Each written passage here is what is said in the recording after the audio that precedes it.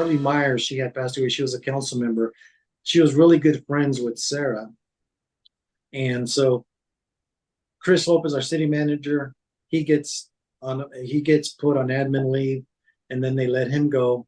Then HP gets put on admin leave, then they let him go.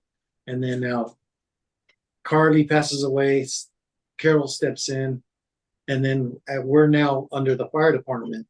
And so while we're under the fire department, about 4 months later, I hear one of the staff members say, well, guess who's next? Guess who's next? And so I went to the deputy chief and I said, I'm hearing that I'm going to get laid up. I'm going to get fired. And he goes, hey, Lionel, you have to go through the whole they have to go through the whole union because they just can't fire you because you're not at will.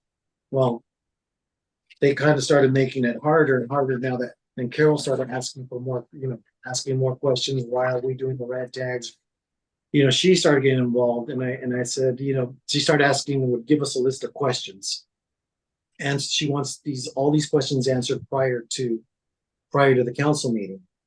And I go, these questions are more like what Sarah would be asking.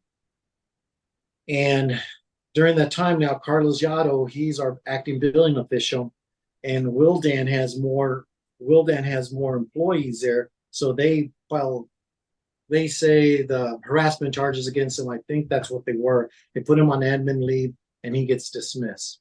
So then they bring Pete, which is Wildan. Now we have Pete overseeing the Wildan inspectors. Well, all of a sudden now, and then our battalion chief, which is Greg Lloyd, he now starts with him and Pete start going together. And then they start seeing we start seeing the costs start going up. At one time, I think we had 8 or 9 of Wildan employees were just building and safety. And I even said, I've never seen so many consultants, employees in all of the city, all the time I've been with the city. Well, during that time, now Simon's properties come back up. And they start going, they schedule an inspection. We have a new city manager named Mark. They schedule an inspection with Simon and myself and one of the code officers. It was Corey and Greg Lloyd. They go do the inspections because I think Pete got sick that day. So they go do the inspections. And during that time, they're telling me, aren't you going to go in and write them up? And I go, there's not a violation yet. And he goes, what do you mean there's not a violation yet? And I go, well, you guys haven't gave him a corrective notice. He needs to receive a correction notice before I step in. If he violates that time, then it becomes a code problem. And Greg Lloyd, the battalion chief, is the acting CBO and fire marshal. And I said, I'm not going to do that. And and I was even telling Jason that they had wanted them to do something. So Jason and Deborah, I'm standing outside, and they come and ask me, can he do that? And I go, no.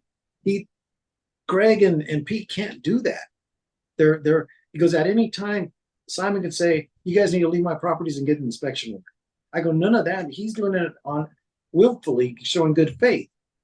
And then Greg comes back and goes, I need you to write up the building. I said, once again, Greg, there's nothing inside. Have you gave, that I'm going to write up because he hasn't had time to correct it. Until he fails that time, then code enforcement steps in. You can't use code enforcement like this.